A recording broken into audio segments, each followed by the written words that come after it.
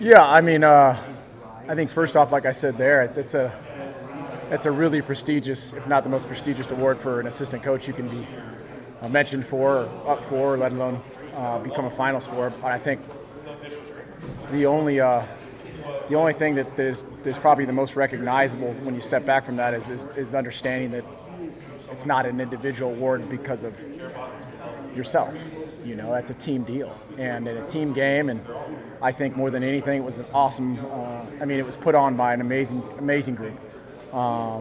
Huge opportunity, and more than anything, an opportunity to get our fork out there and spread the Sun Devil love and hear the appreciation and I think respect that was earned by this team, by Coach Dillingham, by this community, by everyone who's taken a really big, giant step forward in leaning into a commitment here to be a real team, a real program, and it was unbelievable. What was it like, the interaction? One more time. What were the interactions like with people? Like, what did they say to you about the season and about kind of what you guys accomplished? Yeah, I mean, I think I started that whole thing laughing about the fact I was the only offensive guy there, and everyone would say it's an offensive game, you know, and I'm staring at 4 other defensive coordinators, many of which I already knew, and everyone there was, I mean, so excited about Sun Devil football, about having watched us all season, about how to root for us, how we treated our guys, how our guys treated each other was very recognizable to those folks. There's a high IQ in that group, in that room,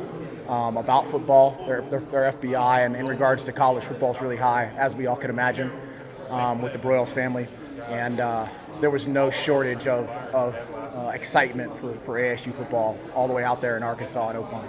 Do you sense the momentum kind of steamrolling into spring now, the momentum that you had from the end of the season? Yeah, I think that's it's an obvious one in that regard. You know, there's a lot of things that I think guys are really excited about, having looked at it in hindsight. You know, and I think they're due that respect. They're due that. We're due that. Everyone who put the inconvenient commitment to make this thing push, starting with Kenny and Graham and our president. I think it all goes to those people, and we do have the right to be excited about it, and we should, because guys did a hell of a job. And like I told the offense the other day in our first kind of meeting here, as we got into kind of an OTA style deal, the first thing I mentioned to them was, you know, that's great, but you got to press reset, and the targets have changed.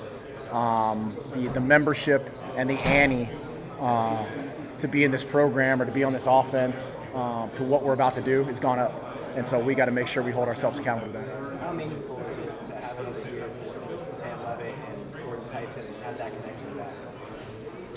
You know, anytime you get a chance to have success with a young player and a young team, there's a lot that goes into that next season in regards to what you can continue to build on. That fires you up because you can get some continuity, and I think that's probably one of the most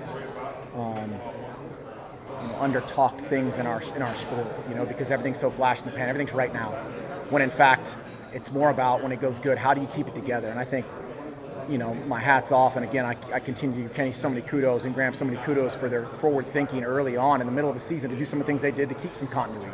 And Kenny continues to be forward thinking in that regard. I recognize that when we first started talking about what he saw about this program, because it's hard to do, and it's a learned trait to think forward when things are so bright and things are so fast in this world. And so to have guys returning, to get the respect they've earned, to take care of them, to take care of the staff, to keep that continuity in the gel. I mean, I heard Sean Aguano the other day said this is the first time he's had a coordinator here for the second year, and like, I don't know, Sean's been here, 100 years? You know? Which is cool. I know, having been around, the value of having that continuity, including from coaches to players, and having especially your quarterback and your lead receiver. How has life changed as a Sunday? Like, the vibe when you walk around campus, walk around this community, what have you noticed different in a year? I mean, candidly, I'm probably the wrong person to ask.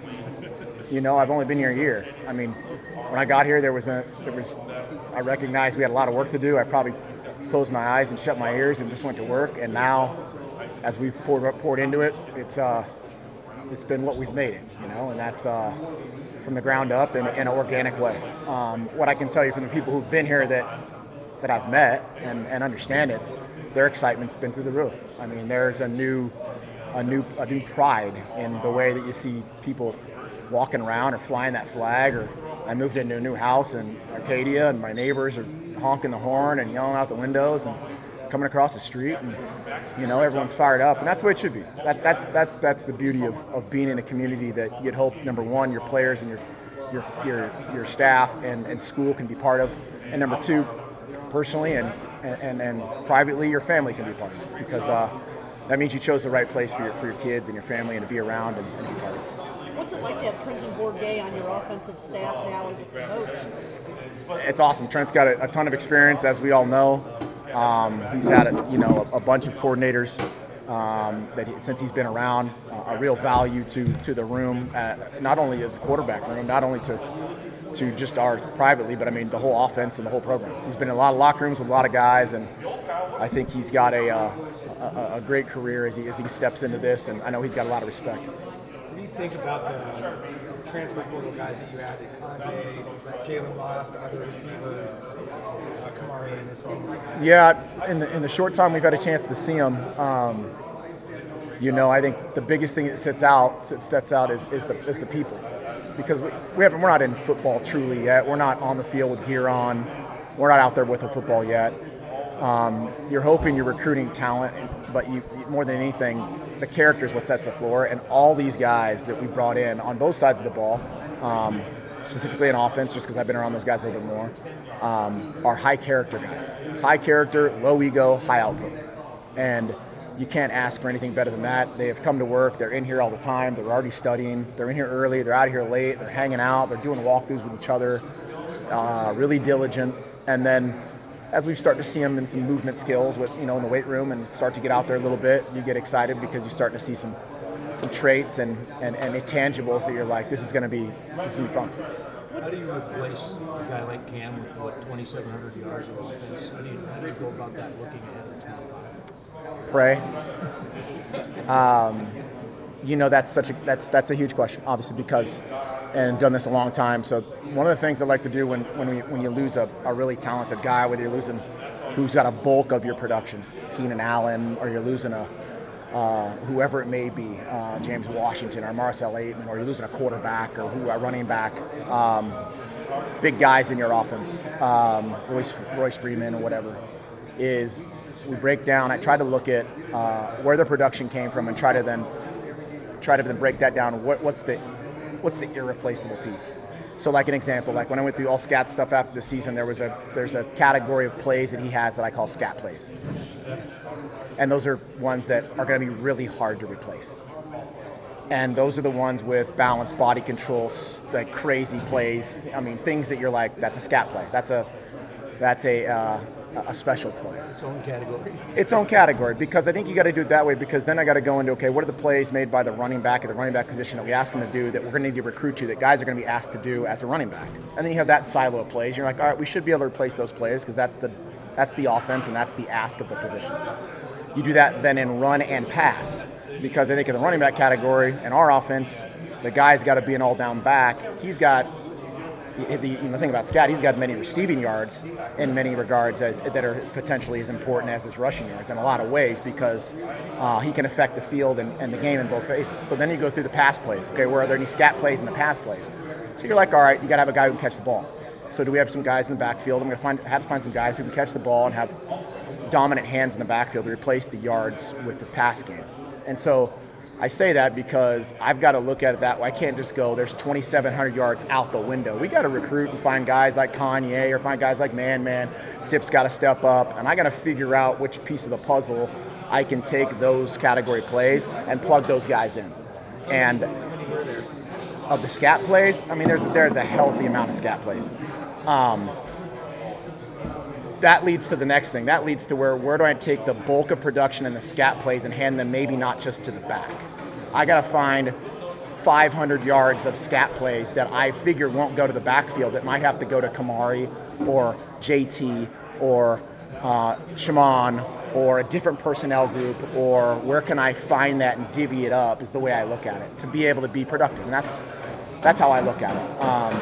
Because I don't think it's fair to just go, there's 2,700 out, all right, throw out the baby with the bathwater. Let's revisit the whole thing, because I don't think that's the reality of it. How much does year 2 of Sam also mitigate that challenge? And mitigate in regards to that, potentially help. Yeah, that's what Yeah, I mean. exactly right. And increase and have an advantage, and that's a huge piece of it. Like, you're going to have more quarterback maturity, which may make up for a little bit of some scat production. Okay, cool. That's going to go into there. JT for 2 more games, which he missed. Okay, great. Sam for 1 game, which he missed. Scat missed 1 game. It's like, there you can find these pieces, and it's my job and our job to kind of figure out how I can plug those things in. And that's the fun part, because that's where you get back in the kitchen and you don't get comfortable. And I think comfort's the drug we can all right now you want to take, and you get your butt kicked. And so you got to restart and chop it back up, get the sous chefs back in there and fix it up. You guys set the bar pretty high last year, Coach, in terms of where you were offensively, the scoring and yardage and all the things you did offensively. How do you maintain that now going into year 3? Well, I think we did a pretty good job of letting our guys and coaching staff and our players understand those are a product. That's a product of how we work. So let's use screens as an example. Really not a screen team 2 years ago, never run screens. And they came in, I'm a screen guy, we're going to screen. We screen every day. Every single day there's an E-to-D screen period, and we're going to do it because there's got to be some production on first and second down that I've got to find some value for in a young quarterback with a young team with some weapons I didn't know if we could create for. Well, we ended up being one of the top screen teams in the country. Every year you've got to find a new way to do that again, and there's got to be something in your tool shed where you got to say, how can I be productive, and how am I going to be top 15 or 17 in the country on third down? Well, how about being first and second or top 10 in first and second down? And so we start with that. I don't mean to be long-winded about it, but I don't look at the end product, because that's a byproduct of how we run the ball, how we find explosive plays, how we reduce negative plays, where the explosives are, how do we take care of the ball, how do we make Sam creative on certain down and distances to create the volume of explosive plays, first and second down efficiency, third down efficiency, red zone scoring, that then usually accumulates to being a top 25 offense, and that's kind of the goal. So that's the way we were kind of reverse engineering. You sound optimistic about the challenge, though. You sound like you're ready. Oh, hell yeah. Hell yeah. When you look at what's the next step for him? The game's gonna slow down for him, which is gonna be awesome. I know that by having played it and I've coached it for so long. It's gonna be really fun, because what happens in your second year, it's almost like you downshift in your rig, and you're like, everything's a lot slower. So he's gonna have some things that we're gonna, because of that, I'll get to add a little more to his plate. Not much, because there's that fine line between playing fast and controlling what he does and then adding more and having him bogged down. So I got to find that sweet spot where he still plays fast and plays free. I think that having him in year 2, there's going to be some things that we'll be able to take advantage of that maybe Leaf did. And now with Ben at center, we can take that and mitigate some of that to Sam in regards to having a new center who've never done it. And so that offsets that a little bit. Being able to get you in a couple different looks where maybe you look back on it, of course, season, you're like, if we could have got to that, maybe we get to that this year. But his work ethic and his ability to lead this football team is going to be through the roof in year 2, because there's going to be so many things that he's going to feel more comfortable with. It'll be my job to be able to pull the reins back a little bit on a guy like that who wants to, he wants to go. He's like What kind of stuff does he do off the field to help his leadership? Well, I mean, leadership's influence, right? I think more than anything, he's just spending time with people. I think the one thing that as a young quarterback you learn to do is you learn to communicate effectively with all the different walks of your locker room. And I think as a young guy who's such an alpha, a lot of times it's one weapon, it's one way. And I think as we all get older, we learn to communicate with people differently because we take more time, we've got more patience, we've got more maturity. A quarterback's more of an example than anyone in my business in the world. Is I've got 125 guys from all over the country, different walks, different levels, some leaders, some followers, some in the middle, and that's okay. That's part of holding the platoon together. You learn to communicate on different levels with each one. Each one needs to hear it a different way potentially. And I think as you mature as a quarterback, you get really good at that. Do you think I'm sorry, I didn't mean to Do you think he takes on more of the alpha dog role, kind of like Cam had? Because Kenny's kind of talked about how Sam's had it, but he didn't have to do it because he had Cam last year. So do you see him kind of taking that leadership, intensity alpha dog role? Yeah, I mean, Sam is not short of any alpha. Let's first say that. I think the key to taking on some of what Scat's role, which is gone now, or Scat's leadership is making sure that whoever picks up that torch just does it in his own way. Does it in their own way, their organic way themselves, because that's the key. And I think that's the key with our whole program is, I think if anybody comes in our program and says that we're not who we are, that they probably were not here when we were here. I mean, anything about from Kenny all the way on the top is our players and our coaches, and we are who we are. And I think our players learn that, and they're able to lead in their own way. I think whoever picks the torch up for the loss and the gap of what Scat's gone, whether it's Sam, whether it's JT, whether it's Ben, whether it's Keyshawn, whoever it may be, as long as they do it in their way, it's going to be effective. You can't go and grab that torch and go, I'm going to be Scat. And that's the whole thing. And I think that's easy to do in our building because we allow guys to do themselves. What's the biggest challenge this spring? Wanting more practices. The biggest challenge spring will be probably there's a large influx of new guys, especially at wideout. It's a whole new roster at wideout. A lot of new guys who some played. A lot of them have already played, which is nice. They've got a little bit of background as we assessed them and recruited them. Part of them was where they played at and what they did. I think having a new center, replacing Leaf, replacing some of what Scott's done his production on offense. All of that's the challenge in spring to see how things fit together and how you continue to put the pieces to the puzzle. But I think we're going to do a really good job of focusing and keeping the main thing, and that's OTA, little walkthroughs right now, and then we go to 15 practice spring, and then we focus on that, and then we move into summer, and that's really the mainstay for me is making sure that our blinders are where our feet are. Marcus, back to Sam. Back to Sam real quick. Corner fire. He came in last year as a relative, unknown on the wider scale. Obviously, he comes in now this year, best returning quarterbacks, one of the Heisman favorites going in. I mean, what's the balance and I guess the confidence that instills in somebody versus kind of the pitfalls of, all right, the expectations personally as a whole program based off of what you guys did this past season? Yeah, I mean, the having the humility to accept the accolades is going to be a huge piece. That focal point, ignoring the distractions that come with having that focus from the success from year 1 to year 2 being so volcanic in a way. I think I'm happy that we've got some the experience and background in the room. I think been around a lot of places, so I think it's going to help me be able to ground them and do some stuff that really focuses them back on doing our job. If you got somewhere by not having any experience and you got to that point, how do we get ourselves back to just learning in a facet that keeps us grounded? That's my job. That's our job, is to basically find out what we can do better. How do we get from point A to point B? We made a list of things in the off season between me and him. I'm like, all right, here's a couple things that we're going to try to really focus on. It pulls our attention maybe back from the lights and all the other stuff that happens, back from the noise and starving the distractions and noise, back into like, let's hone our game in. And he's really so focused. He's such a self-starter and such a grinder that I don't think that's going to be too much of stressing. But it is anticipated, so we're ready for it. But I think it's going to be a healthy deal for him, especially in marked years, Sean was talking about scat stuff is what made him special, just scat and replacing those. Can you give us a sense of your reaction to some of the scat stuff last year and when you knew this is special?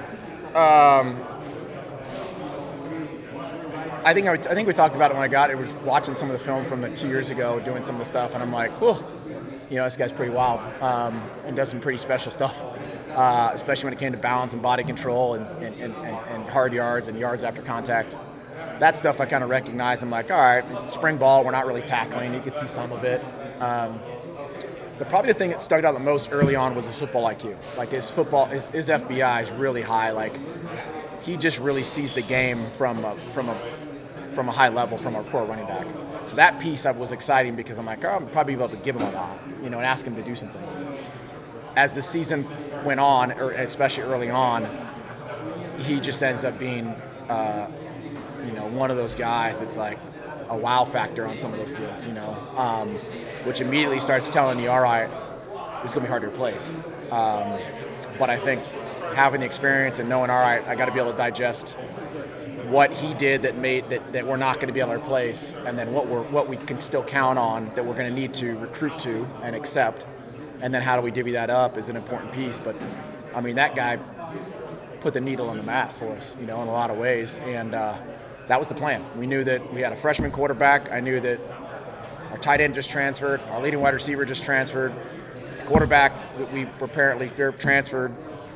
I knew the back was going to have to be our lead horse, and we were going to have to put a lot of things around it, whether it's play action screens and use it smartly and be able to have something to get throughout the season too. And he did that. He did a fantastic job, and the offense really catered to what we asked him to do. Can you give us a sense of good? As a coach, what's your favorite? Do you like to start all over from the beginning of the season to go forward, or is it hard getting off that run? No, I think I've done a better job, of course, of a career kind of enjoying the success. I think, the one thing in this profession a lot, especially as an early coach, you probably don't enjoy the successes enough because of the magnitude of everything, because of the noise and how loud and fast and frantic this profession can be. Did a much better job of enjoying it for a little bit. Never had a problem putting it to bed and starting over. That's never been a problem for me. Going back to work's never been a problem. It's more probably enjoying it and like seeing some of the things that you can really enjoy and are earned more than anything. The fruits of the labor, enjoying it with the guys, your family, the area, the community, because usually it's hammered down most of the time for us. And then I enjoy kind of reverse engineering it and deconstructing it and putting it back together. It's like a big puzzle. So I've always enjoyed that process. We're in it right now, like full steam, and I got pieces and Legos and puzzle pieces all over, and it's a madhouse right now. So it's kind of fun, a little chaotic, but a good problem to have coming off of some good success, early success. Sean mentioned that for the guys inside the building, once Scat was gone, it was kind of business as usual in terms of moving from one season to the next. What did you get from the players as far as their reaction to him being gone and how they're going to have to step up? Well, I think the thing that you got to do is that I believe in is you got to be able to not pretend there's an elephant in the room and just be able to be honest and have humility about it, like accept the fact that, dude, you guys had a really dynamic, amazing player that performed and did things within the system and did what we asked them to do, and you guys led together. I mean, you have to give the players all the credit for all of that. And I think that to be able to sit there and go, oh, we'll be fine, or that never happened, or we just move on, I don't think that's reality. I think, you work through it and you celebrate it, and then you do a lot of things in terms of telling them, here's the plan for moving forward. And I think there's a lot of ownership and membership in that, because I think that gives credit to people who earned it. I think it gives credit to them, and I think it shows them the humility that you got in regards to like, all right, we got to rebuild and we got to put this thing back together, and the only people got left to do it are us. And for Sam, having coached Justin and seeing what it takes to be like a top 10 NFL prospect, knowing that that's probably one of Sam's goals for this year, what does he still have to do to get to that point? There's a delicate balance between that. I use it a lot because I know how driven he is, whether it's Mullins or recruiting golf or Herbert or all those guys. It's like, even guys that we're studying right now, like every year I pull, hundreds of clips or different teams of players, whether it's Stafford or whether it's Burrow or whether it's Justin or whether it's golf or whatever we're doing, and just trying to find a few things where I'm like, hey, here's some cool stuff that I can give you now, and maybe we couldn't give you last year. I don't want you to overthink things last year. And like, let's grab these 10 things I've got on my whiteboard and let's pick 3 of them that we think we can apply to us. And that gives us kind of a new challenge. It kind of sets our kind of navigational beacon towards the next step without getting into a draft, here's a challenge here, because we got a lot of work to do still. A ton of work. You're not going to play in 14 games and all of a sudden you're like NFL ready. That's not the case. You're not going to play in 20 games. You're going to hope it's 30 plus games if you're looking at any of the like empirical marks of like going into that thing ready to go. That's just my personal belief. You study it for a long time. You look at the Parcells stuff. You look at the Walsh stuff. You look at the Belichick stuff. You're looking at 30 plus starts. Where are those at? Like, where can you get guys that show like, all right, I'm here for the long haul, this thing. And so that preparation starts back now, and we're going to take it one step at a time without getting over our skis. So he'll do a great job of digesting that stuff, and it's my job to keep it kind of reined back. Coach, to piggyback off of preparation, when you talk about, so talking to Coach Tuitella and Coach Mons, like last year, obviously, teams are preparing for it. They're picked to finish last, but this year coming in with the target on the back, how much more exciting do you feel that makes it for the guys and just for the offense? You know, I think that, again, I'm going to lean on the fact that they're going to be excited about for the body work they've done. One of the first meetings I did have is I did take one of the first slides I usually show, and after the first season, if we've had success, is how the targets are going to change. Your opponents are going to be more ready. You're going to be the game, and how the distractions and everything can manifest from here. A lot of distractions are now because now there's a lot more lights, right? I use the same slide. I used the same picture, ironically, from last year where we were picked at the bottom, and I went through the top teams that were on last year. Utah, K-State, Kansas, Arizona, West Virginia. And a lot of things happen with those staffs and players that aren't very exciting. I said those teams probably had something that they didn't deal with well at some point. Now we have to figure out how to deal with what they had. And so it's not just you get there and everything's just going to be all kosher and perfect. It's like, how do I deal with some of the things that you know are coming? Because that's what I told them I can guarantee. I can guarantee this is what's going to happen. It's going to be brighter, louder, and more distractions. And so how do you deal with it better than maybe these guys do? And that kind of gives us, again, kind of maybe points us in a direction that keeps things organic and thinkable and grounded, because it's a short ride from the penthouse to the outhouse. Can you give us a sense of just Jordan Tyson's comfort level? How in the receiving room, will that change this year? How's the receiving core look this year? You know, the receiving core we could probably be more excited about. I mean, for a lot of reasons. We brought a lot of guys that are high character dudes, great, obviously, intangibles. We evaluated the heck out of them.